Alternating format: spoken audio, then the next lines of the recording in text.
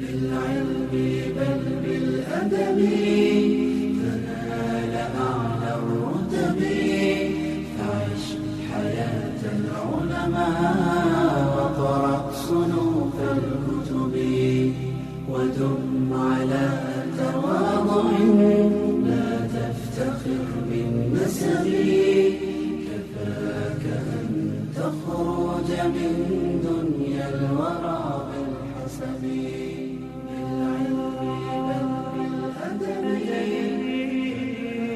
أعلى الرتب عيش حياة العلماء وقرأ صنوف الكتب بسم الله الرحمن الرحيم.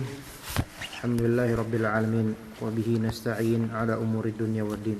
Allahumma shalli wa sallim ala nabiyyina Muhammad wa ala alihi wa sahbihi ajma'in. Bismillah. Allahumma 'allimna ma yanfa'una wanfa'na bima 'allamtana. Allahumma arzuqna al-ikhlas wat taufiq was sadad fi aqwalina wa fi a'malina. Kita lanjutkan insyaallah pembahasan usul al-fiqh dari kitab Al-Usul min Ilmi al-Usul. Kita sudah membahas tentang definisi dari pertama dari awal, yaitu tentang bahwasannya usul fiqh memaknainya itu dengan dua tinjauan. Imma dengan tinjauan mufrad, imma dengan tinjauan laqab. Kalau dengan tinjauan mufrad berarti singularitas setiap katanya itu usul dan al-fiqh. Dan kita sudah mempelajari keduanya insyaallah. Alhamdulillah. Al-usul jama' dari asal dan dia bermakna ma yubna alaihi ghairuhu, atau dalam kata lain ma yanbani alaihi ghairuhu boleh. Kemudian fiqih secara bahasa artinya apa? Faham. Dan secara istilah Arabiknya apa? Ma'rifatul ahkam asy-syar'iyyah al-amaliyah bi adillatiha tafsiliyah. Harus hafal itu ya. Ini sangat basic, harus hafal. Dan jangan berpikir ngapain hafal, nggak ada gunanya juga, masyarakat nggak bakal nanyain saya. Itu kalau misalnya mikir kayak gitu ya nggak usah belajar berarti kan. Jadi hafalkan. Ya nanti insyaallah Allah berikan nanti gunanya. Jadi kadang nggak kita sadari gunanya nanti. Taib, ma'rifatul ahkam asy-syar'iyyah al-amaliyah bi adillatiha tafsiliyah. Kita sudah tahu ma'rifah maksudnya itu menjadi bisa ilmu, bisa dhann. Kemudian al-ahkam jama' dari hukum, yaitu hukum-hukum, dan hukum-hukum yang diketahui dalam ilmu fiqih ini harus sesuai dengan dua karakter, yaitu hukum syar'i, berarti bukan hukum akli dan bukan hukum adi. Kemudian dia selain syar'i dia juga harus bersifat terapan amali, berarti bukan bersifat aqdi, akidah. Ya. Kita ulangi tadi, hukum itu harus bersifat apa? Syar'i dan amali. Berarti bukan termasuk hukum syar'i, hukum aqli dan hukum adi, bukan. Kemudian bukan termasuk terapan aqdi di sini, bukan. Beda. Yaitu amalan di sini yaitu amalan fiqih. Bukan amalan hati, amalan anggota tubuh yang lainnya. Baik, bi adillatiha tafsiliyah. Nah, itu dalil-dalil rinci yang kena dengan bab yang dimaksud dalam amalan fikih tersebut. Berarti lawan dari adillah tafsiliyah adalah adillah ijmaliyah. Kalau fikih membahas adillah ya apa? Fikih membahas adillah tafsiliyah. Kalau usul fikih membahas adillah ijmaliyah. Oke, kemudian definisi secara laqab ilmu kemapanan ilmu usul fikih secara nama yaitu apa? Ilmun yabhathu an al-adillah al-ijmaliyah, kemudian wa kaifiyatil istifadati minha, kemudian wa halil mustafid. Berarti pembahasan dalam usul fiqih itu globalnya intinya tiga, yaitu pertama adalah al-adillah al-ijmaliyah, yaitu al-qawaid al-kulliyah, yaitu kaidah-kaidah universal yang dengannya dalil-dalil tafsili fiqhi itu bisa kita ambil dan raup faedah dengan kaidah-kaidah usuliyah ini. Jadi usul fikih itu ilmu alat. ilmu alat yang di dalamnya terdapat kaedah-kaedah kulliyah, kaedah-kaedah universal, yang dengan kaedah-kaedah universal itu kita bisa mengambil faedah dengannya dari dalil-dalil rinci berkaitan dengan hukum-hukum fikih atau bahkan dengan akidah dan lainnya. Iya. Dan seterusnya. Iya. Kemudian pembahasan usul fikih yang kedua adalah metodologi untuk menggunakan kaidah umum tersebut, kaidah kuliah tersebut. Karena apa gunanya jika ada adillah ijmaliyah, kaidah kuliah, ya, tapi kita tidak bisa menggunakannya. Kita tidak tahu metodologi dan tata cara menggunakan kaidah-kaidah tersebut. Kita tidak tahu cara menerapkannya untuk bisa mengambil faedah dari dalil-dalil tafsili. Berarti ya kita membutuhkan secara darurat kaifiyah, tata cara, metodologi menggunakan kaidah-kaidah ini terhadap dalil-dalil fiqhi tafsili. Paham yang kedua ini kaifiyatul istidlal atau kaifiyatul istifadati minha, ya kan? Sahih enggak? Hah? Antum bicara gini antum paham enggak sih? Enggak paham? Hah? Enggak paham enggak? Mas Ari paham? Belum paham? Berarti sia-sia dong dari tadi ada ngomong. Ya, perhatian. Bismillah. Allahumma yassir wa a'in. Ya Rabbi shrah li sadri wa yassir li amri wa hlul 'uqdatam min lisani yafqahu qawli. Bismillahirrahmanirrahim. Dalam ilmu usul fikih ada 3 global pembahasan. Yang pertama apa? Al-qawaid yang pertama al-adillah al-ijmaliyah. Kemudian tata cara menggunakan dalil-dalil ijmali itu. Ya. Makanya murajaah antum ketika di rumah. Yang ketiga halul mustafid. Halul mustafid ini siapa? Siapa mustafid? Mujtahid. Nah, mujtahid itu orang yang faham kaidah atau adillah ijmaliyah dan orang yang mampu ya menggunakan dalil-dalil ijmali itu. Berarti kalau misalnya kayak kita belum mampu menggunakan dalil-dalil ijmali itu, belum menghafal, belum paham kaidah-kaidah, belum bisa menerapkannya di ayat-ayat atau hadis, maka kita bukan mujtahid. Jadi masalah taklid, ijtihad, mujtahid dan muqallid itu dibahas dalam usul fikih. Ya, dibahas dalam usul fikih. Baik. Baca yang ya, wal muradu biqaulina. Bismillahirrahmanirrahim. Wal muradu biqaulina wa kayfiyatil istifadati minha ma'rifatu kaifa yastafidul ahkami min adillatiha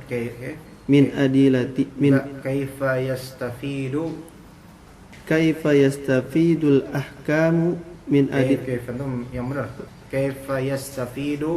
kaifa yastafidul ahkami. Masih aja. Ahkamu udah selahin tinggal satu ini. Ayo. Kaifa yastafidul ahkama min adillatiha bidirasati ahkamil alfazi wa dalalatiha. Bidirasati ahkamil alfazi gitu, lanjut. Bidirasati ahkamil alfazi wa dalalatiha min umumi wa khususi wa itlaqi min umumin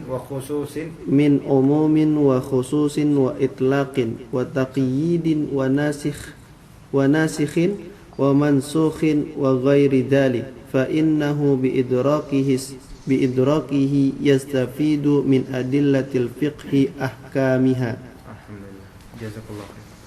Baik, wal muradu biqaulina, kita lihat dalam definisi usul fiqih, yaitu ilmun yabhathu 'anil adillah at-tafsiliyah wa kayfiyatil istifadati minha. Apa yang dimaksud kaifiyah al-istifadah minha? Yaitu al-muradu biqaulina kaifiyatul istifadati minha adalah ma'rifatu kaifa yastafidu al-ahkama min adillatiha. Kaifiyatul istifadah minha di sini kembali ke mana? Ke al-adillah al-ijmaliyah, ya.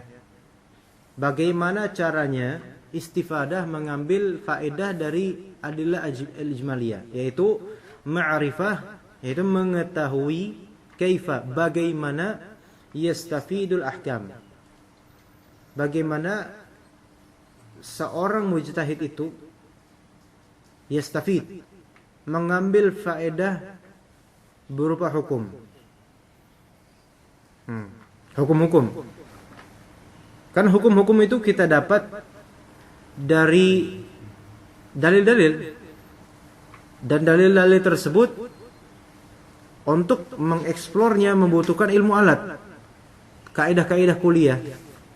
Karena dalil-dalil itu adalah kaidah-kaidah tafsiliyah, yaitu dalil-dalil tafsiliyah. Adapun ilmu alat adalah dalil ijmali.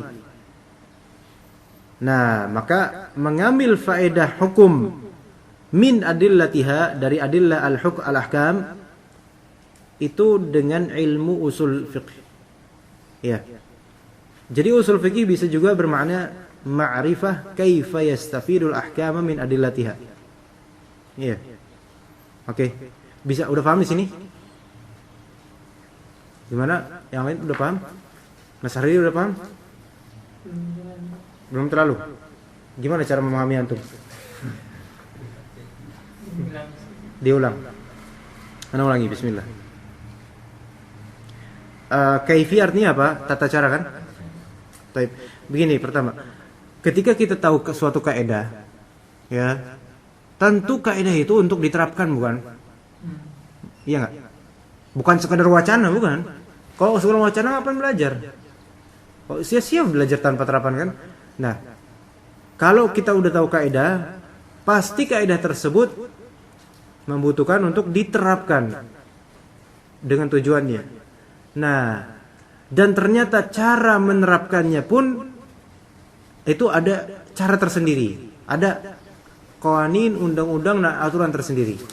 Ya enggak? Perlu penjelasan lebih lanjut. Gimana caranya kita menerapkan ini? Gimana contohnya? Nah, ini semua yang di caranya, contohnya ini adalah kaifiyah, metode, tata cara. Ya. Jadi yang pertama kan tadi pembahasan usul fikih yang pertama adillah tafsiliyah, adillah ijmaliyah kan?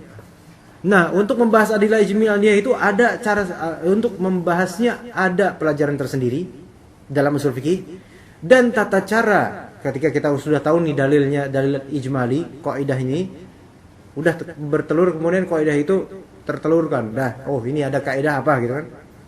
Nah, tentu yang namanya kaidah itu dilahirkan untuk diaplikasikan. Nah, cara mengoperasikannya itu adalah kaifiyah. Iya enggak? Iya. Iya, gimana caranya? Ya antum misalnya ada HP nih, ya kan? Udah ada HP, udah ada HP. Tapi belum ada instalan apa-apa. Ya enggak? Itu masih global banget ini. Gimana nih caranya untuk bisa mengambil faedah dari HP ini? Nah, untuk tata cara mengambil faedah, gimana caranya menginstal di dalamnya, itu ternyata ada tutorialnya. Tutorial untuk cara menginstal apapun, driver dan sebagainya untuk HP ini, itu namanya kaifiyah. Nah, paham? Ini enggak? Jadi HP ini masih global banget nih. Tapi di dalam HP itu insya Allah bisa nanti cabang-cabangnya banyak, ya kan? Dapat faedah banyak banget. Adapun faedah partikel-partikelnya itu juz'i, yaitu tafsili. Bisa, udah mulai paham tuh. Nah, ya, dikiaskan dengan handphone. Kalau di zaman Syekh Utsaimin dulu dikiaskan dengan handphone, bingung orang. Kalau sekarang bisa ketahuan karena tiap hari. Oke, jadi dalil ijmali ada. Tapi kalau dalil ijmali didiemin begitu aja, dipelajarin doang tanpa dipelajari bagaimana cara mengoperasikannya terhadap dalil-dalil tafsili, maka apa gunanya kita belajar dalil ijmali? Maka cara mengoperasikannya itulah kaifiyatul istifadati minha. Ya, gitu kan? Tata cara mengambil faedah dari dalil ijmal itu untuk bisa dioperasikan nanti ke dalil tafsili, sehingga kita dapat apa? Dapat hukum, faedah dari dalil. dalil ini tafsili. Udah? Oke. Udah paham belum? Kalimat ma'rifah kaifa yastafidul ahkam min adillatih. Udah paham? Alhamdulillah. Oke. Mengetahui bagaimana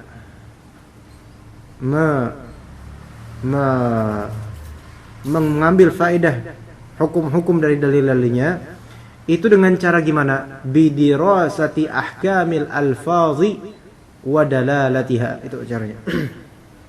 Itu dengan cara dirasah, yaitu mempelajari ahkam al-alfaz dan dalalahnya alfaz.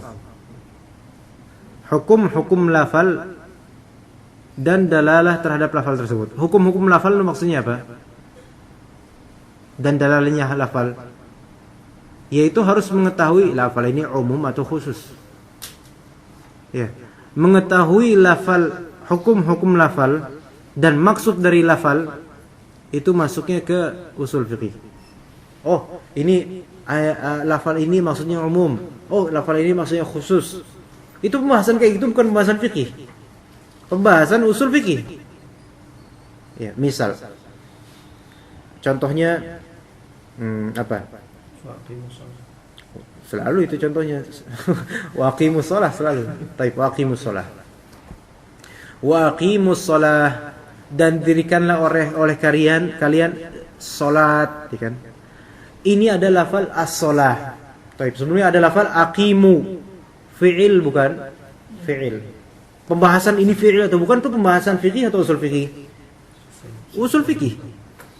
Karena apa? Ini fi'il atau bukan, ini hukum terhadap lafal ini. Oke, kemudian ini fi'il madhi, mudhari atau amr? Amr. Perintah kan? Ini pembahasan usul fikih atau fikih? Usul fikih. Makanya usul fikih mayoritasnya pembahasan bahasa sebenarnya usul fikih. Ya. Jadi kalau misalnya antum belajar usul fikih dan enggak pernah mau belajar bahasa Arab, itu kayak apa ya? Beli motor tapi enggak pernah mau naikin. Enggak bakal bisa, yakin. Makanya dari sini Anda sengaja ini susah sekalian. Pakai bahasa Arab sekalian. Mabuk sekalian. Mabuk ilmu. Iya, enggak apa-apa. Anak belum pernah belajar. Iya, ini motivasi supaya antum belajar bahasa Arab insyaallah. Kita mulai juga nahwu wadhiyah supaya. Jadi tadi aqimus shalah kita mengetahui aqimu fi'il. Kita mengetahui aqimu fi'il amr. Itu termasuk dari tata cara. Karena itu termasuk hukum lafal terhadap ini. Nah, fi'il amr berarti kan amr perintah, dan kaidah kuliah atau dalil ijmali di antaranya adalah al-amr yufid atau lil wujub. Perintah itu untuk mewajibkan. Ini dalil apa? Dalil ijmali usul fikih. Nah, sehingga ketika kita tahu itu ini untuk mewajibkan, kita bisa mengambil faedah hukum dari aqimus shalah, berarti salat itu wajib. Salat itu wajib, itu fikih atau usul fikih? Fikih. Konklusi kita kesimpulan dari dalil tafsilinya apa tadi? Aqimus shalah. Menggorengnya dengan memasaknya dengan dalil ijmali. Al-amru lil wujub. Berarti kita udah punya dalil ijmali, punya dalil tafsili. Dalil tafsili ini tidak bisa kita ambil faedahnya kecuali jika kita punya perbekalan dalil ijmali. Gitu loh. Paham enggak? Nah, untuk bisa mengambil faedah dalil tafsili aqimus shalah, kita memerlukan dalil ijmali. Itu pun untuk menggabungkan keduanya sehingga sampai bisa konklusi, itu membutuhkan namanya kaifiyah, metodologi, manhaj, tata cara, gitu loh. Paham? Atau contoh lain misalnya kita ini thalabul ilm, alhamdulillah Allah rizkiin kepada kita spirit untuk mencari ilmu.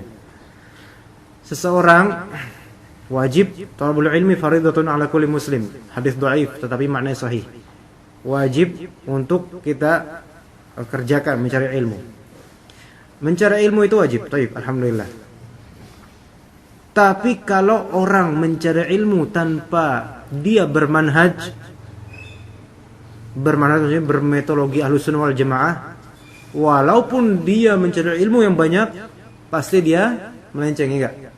Kenapa? Karena tidak punya metodologi bermanhaj untuk diri pribadinya. Paham maksudnya? Metodologi itu penting. Karena metodologi itulah yang kemudian mengkaitkan antara satu kekuatan dengan kekuatan lainnya.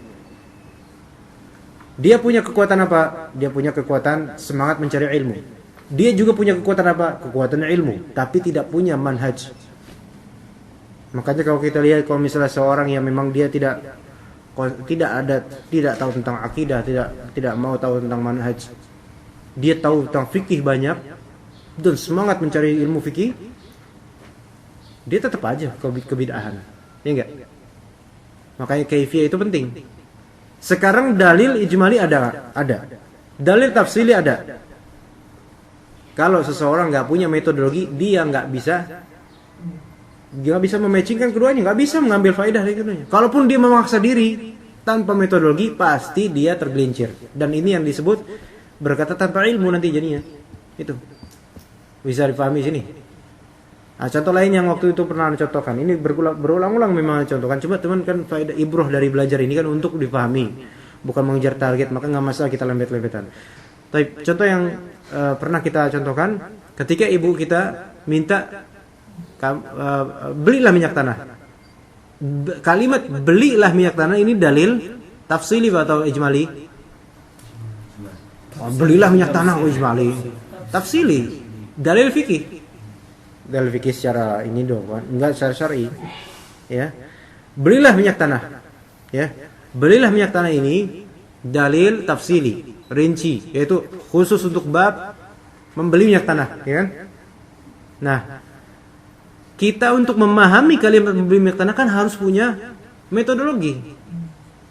Walaupun ini metodologinya mudah tentu saja. Secara fitrah kita tahu kalau ibu kita menyuruh sesuatu berarti kan sama dengan wajib bagi diri kita kan. Nah, berarti dalil lainnya dari dalil di pikiran kita, perintahnya emak itu harus segera ditunaikan. Itu dalil ijmali atau tafsili? Ijmali. Maka gabungkan keduanya. Premis pertama, emak berkata belilah minyak tanah. Premis kedua, belilah adalah perintah. Premis ketiga, perintahnya emak harus segera ditunaikan. Berarti kesimpulannya, membeli minyak tanah adalah kewajiban saya. Karena apa? Perintahnya emak. Dan perintahnya emak harus segera ditunaikan. Maka saya harus segera. Gitu. Kalau misalnya dalil ijmali nggak punya dia, emak berkata, belilah minyak tanah. Kesimpulannya, kesimpulannya tetap emak berkata belilah minyak tanah. Nggak apa? Hambar, nggak ada hukum. Karena apa? Karena nggak punya dalil ijmali untuk memahami perkataannya emak. Ibarat orang bodoh, orang gila gitu. Emak bilang, beli minyak tanah. Apaan? Beli minyak tanah. Iya, beli minyak tanah. Ya, beli minyak tanah. Dia nggak punya pikiran dalil ijmali untuk memahami kalimat beli minyak tanah itu. Bisa dipahami sini. Mas Ari, paham tak? Alhamdulillah, antum, masyaallah udah master. Mas ini udah paham? Alhamdulillah, berarti nanti antum baca udah paham ya. Dia mau paham? Pak Masdar udah paham Pak Masdar? Alhamdulillah ya. Pak ini udah paham Pak ini? Pak Amri ya, alhamdulillah. Iya. Jadi udah paham di sini. Jadi kaifiyah ini tata caranya. Dan tentu tata caranya itu yaitu dengan cara dirasat, mempelajari hukum-hukum lafal dan dalalah lafal itu, yaitu apa yang diinginkan dari lafal itu. Apakah diinginkan perintah atau larangan atau umum atau khusus atau lain-lainnya. Makanya min umumin, dari keumuman, wa khususin, dari kekhususan. Ini contohnya banyak. Misalnya kullu nafsin dha'iqatul maut. Setiap jiwa akan merasakan kematian. Baik. Itu kita tahu kan kullu itu lafal umum kan? Kullu adalah lafal umum. Itu adalah Dalil tafsir gimana? Ijmali, Mas Bro. Ijmali. Dari tafsir itu kullu nafsin dha'iqatul maut. Ini memang bukan berkaitan dengan fikih. Tapi ini usul fikih, bisa buat fikih, bisa buat akidah dan seterusnya. Yang penting dalil, ya kan? Setiap jiwa. Berarti kan seluruh jiwa gitu kan? Umum enggak? Umum semuanya. Nah, mengetahui itu umum itu adalah usul fikihnya. Dan kemudian hukuman terhadap, kita bilang bahwasanya tidak satupun dari jiwa pasti kena kematian. Itu adalah fikihnya. Yaitu adalah hasil konklusinya. Iya. Gitu ya. Contoh lagi misalnya, antum semuanya ganteng kecuali ana. Ya, sebenarnya sebaliknya. Antum semua jelek kecuali ana. Ya. Antum semua ganteng kecuali ana. Antum semuanya ganteng kecuali ana. Itu antum pahami gimana dengan usul fikihnya? Semuanya berarti umum. Keumuman antum tuh ganteng. Kemudian ada istisna, pengecualian. Ini namanya istisna dalam usul fikih. Berarti di sini ada dua hal, ada yang umum dan ada yang khusus. Yang umum mana? Semua dari antum. Yang khusus ana. Hukumnya gimana? Antum semua ganteng. Itu konklusi. Konklusi kedua, ana jelek sendiri. Kok bisa tahu? Kok bisa antum bisa menyimpulkan seperti itu? Ya menyimpulkannya dengan adanya dua dalil. Pertama dalil tafsili, yaitu antum semua ganteng kecuali ana. Dan dalil global, yaitu antum semua ganteng, itu adalah keumuman. Dan ana disinilah pengecualian, berarti pengecualian masuk dalam bab pengkhususan. Berarti khusus ana jelek sendiri. Untuk keumuman antum ganteng semua. Bisa paham? Atau makin gak paham? Sulit kayaknya contohnya. Sulit contohnya? Paham. Iya, emang sulit. Tapi gak apa-apa, nanti lama-lama akan tahu. Lama-lama. Ini karena awal-awal. Mungkin sebagian dari kita sama sekali belum pernah membahas ini. Maksudnya belum pernah. Ternyata ada ya ilmu kayak gini gitu. Mungkin mikir. Ternyata sebegininya. Iya sebegininya. Bahkan lebih dari sebegininya. Sampai sebegitunya nanti. Ini belum apa-apa ya. Ini belum apa-apa Nabi bilang. Ya. Ini tapi tetap kita harus dengan manhaj seperti ini. Pakai bahasa Arab tetap. Ini sama kayak tata cara pemberian nama dalam biologi ya, taksonominya gitu. Bisa Gimana? Usul fikih itu bisa sama kayak di biologinya itu. Bios dan logos. Tata cara penamaan bahasa Latinnya hewan. Bisa lebih ke taksonominya gitu. Misalnya contohnya kalau pepaya itu bahasa Latinnya itu yang pertama bahasa umum, yang kedua bahasa spesiesnya. Bisa seperti itu tata cara penamaan atau pendalilannya gitu. Wallahu a'lam bishawab. Assalamualaikum warahmatullahi wabarakatuh. Gak tahu. Anda nggak ngerti yang itu. Tata cara penamaannya gitu. Pendalilannya kenapa? Sebenarnya gini Pak. Sebelum ke biologi itu, sebenarnya ilmu usul fikih ini itu mirip dengan selaras dengan ilmu logik, argumentation. Ada kemantikannya. Jadi kayak sebelum menghukumi sesuatu kita membutuhkan premis, yaitu membutuhkan bukti-bukti sampai kita bisa memberikan konklusi itu. Itulah usul fikih. Jadi usul fikih ini ilmu logika, banyak logika di dalamnya. Maksudnya logika terhadap lafal-lafal. Dan ini bisa diterapkan bukan hanya di ilmu fikih, bukan hanya bahkan di ilmu akidah, bahkan di ilmu umum pun juga bisa sebagai penata pikiran dan penata omongan. Makanya orang-orang yang sudah paham usul fikih biasanya omongannya itu ya terstruktur dengan baik, kerangkanya bagus, gitu. Meskipun untuk biologi mungkin ya, untuk apapun, untuk ilmu lainnya.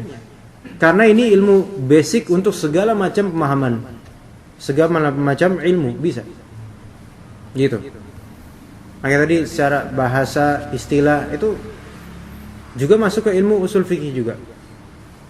Ya, jadi bisa jadi ada usul fikih di ilmu-ilmu lain. Karena asalnya usul fikih kalau secara bahasa adalah asas-asas pemahaman.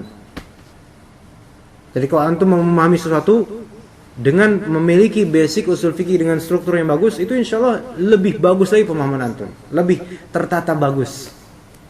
Iya, makanya ini bagus sekali usul fikih ini untuk siapapun pelajar, terutama yang masih muda ya. Iya, begitu. Wallah alam, mana maksud antum taksonomi dan sebacamnya, anda nggak begitu ngerti. Jadi nggak bisa. Maksudnya lebih ke misalnya tentang untuk spesifik, untuk satu dalil itu yang dibahas itu pertama dari cara bahasa dalam dalil itu, penggunaan misalnya isinya apakah seperti itu, Penggunaan bahasa, asal bahasanya terus secara istilah. ya. Gitu. Itu dalam Islam itu Islam ulama. Dalam usul fikih ada seperti itu. Itu emang kayak gitu. Memang gitu. Jadi dalam usul fikih nanti akan kita belajar tentang al-kalam. Di antaranya ada hakikat lughawiyah, ada hakikat urfiyah, ada hakikat syar'iyyah. Yaitu istilah. Jadi ada hakikat lughawiyah secara bahasa, bio ini apa, logo istilah apa. Secara urf, tradisi, itu namanya istilah tradisi apa. Kemudian secara syar'i itu ada dalam usul fikih. Ya, itu penataan yang luar biasa itu. Sistematika yang luar biasa dalam memahami suatu kalam, suatu kalimat. Iya.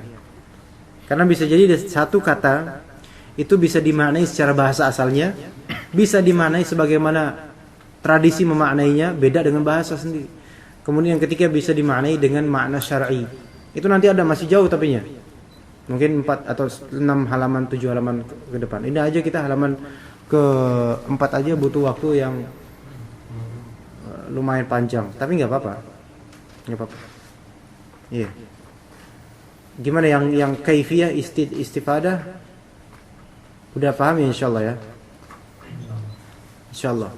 Diulang lagi di rumah, Pak. Jadi jangan di sini doang. Mumpung ada bukunya. Ya karena ilmu seperti ini kalau nggak diulang udah terbang dia nanti. Kalau udah terbang nanti malas lagi nangkepnya. Terus pas udah nangkep bilang ini udah pernah saya tahu. Enggak itu. Kayak gitu nggak bakal belajar itu. Jadi tetap aja terus harus dimurojaah. Tapi jadi ya. Itlaq itu ada bab namanya mutlak nanti.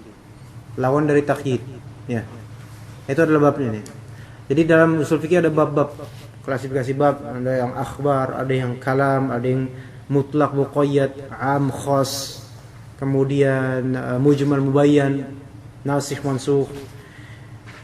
Tapi itu semua penting. Dan kalau antum sebagai thalabul ilmu wajib sebenarnya kayak gini. Ini susah banget, enggak apa-apa susah. Ana dulu waktu masih pesantren Al-Irsyad SMA belajar kayak gini, bingung. Mungkin raut mukanya lebih enggak baik daripada raut muka antum sekarang. Iya, maksudnya kita dulu SMA yang mana logika kita tuh masih belum luas. Apa kalau mahasiswa udah lebih di atasnya, insya Allah lebih mudah sebenarnya mencernanya. Tapi dulu kita nggak ngerti. Kemudian di Lipia, di I'dad, di Sogoin ini juga nggak ngerti juga. Lu susah. Tapi pas di syariah dengan kitab yang sangat sulit, Raudhatun Nazir karya Ibnu Qudamah, bahasa yang sulit. Justru di situ kita terpacu. Anak pribadi terpacu untuk lebih memahami lagi. Karena ternyata semakin sulit memahami, semakin kita giat. Ketika kita sudah paham, ternyata ini semakin berharga pemahaman ini. Makanya mayoritas dari kajian ana sampai khatam itu biasanya usul fikih. Ini usul berkali-kali ana syarah ke beberapa kalangan. Karena memang kepentingannya yang kurang disadari oleh banyak dari thalabul ilm. Banyak disadari. Dan kadang malah ustaz-ustaz juga kurang memotivasi untuk mempelajari usul fikih. Padahal ini penting untuk kita bisa nanti ketika baca buku banyak istilah-istilah yang antum sendiri sekarang waduh apaan sih nih mutlak dimutlakan pada nggak tahu maknanya apa. Nggak bisa kita qanaah terhadap itu, nggak bisa. Itu merasa cukup qanaah. Alhamdulillah ana cukup segini ilmunya lah, alhamdulillah. Nggak, jangan kayak gitu. Harus tomak dalam ilmu insyaallah ya. Baik, sampai situ aja untuk usul fikih. Mudah-mudahan enggak memberatkan, walaupun berat tapi mudah-mudahan terus ya. Subhanakallahumma bihamdika asyhadu an la ilaha illa anta astaghfiruka wa atubu ilaik. Alhamdulillah. Dalam ulumul Quran, jadi gini, usul fikih ini dikatakan oleh banyak dari kalangan sebagai ilmu yang dakhil, ilmu yang disusupi, yaitu yang tadi ilmu ulumul Quran kok ada di usul fikih. yang tadinya ilmunya di mustalah hadis masuk di usul fikih. Di mustalah hadis contohnya apa yang masuk ke usul fikih? Hah? Termasuk di dalamnya khabar ahad mutawatir itu masuk usul fikih. Masuk juga mustalah hadis. Contoh lain di ulumul Quran tadi apa? Nasikh dan mansukh. Di mustalah hadis juga ada nasikh dan mansukh. Kemudian di ulumul Quran ada tentang apa lah? Ada tentang apa lagi? Yang tadi yang tersebut? Hah? Ya, umum dan khusus. Itu masuk semua. Iya masuk semua itu. Tapi kalau usul fikih itu pembahasannya insya Allah malah lebih luas. Bahkan ilmu bahasa itu banyak di usul fikih kan. Tapi usul fikih itu membahas sesuatu dari bahasa yang tidak dibahas oleh ahli bahasa, sehingga lebih detail dan lebih luas lagi jangkauannya. Ahli bahasa kan paling tentang makna doang. Tapi usul fikih membahas kata-kata bukan sekedar makna, tapi sekedar apa yang diinginkan dari kata itu, dari umum dan khususnya. Itu enggak dibahas di nahwu. Nahwu itu enggak membahas am, khas, enggak. Membahas itu i'rab, marfu', mansub, dan seterusnya. Tapi usul fikih itu tidak sekedar mansub, marfu', tidak sekedar fa'il, maf'ul, mubtada, khabar, enggak sekedar itu. Tapi masuk ke dalamnya am, khas, mutlak, muqayyad, mujmal, mubayyan, mufassar dan seterusnya. Ya, jadi usul fikih juga ilmu bahasa, namun ilmu bahasa yang difahami dengannya dengan pemahaman yang lebih luas dan detail, insyaallah. Ya, insyaallah taala. Gitu ya. Ya, baik.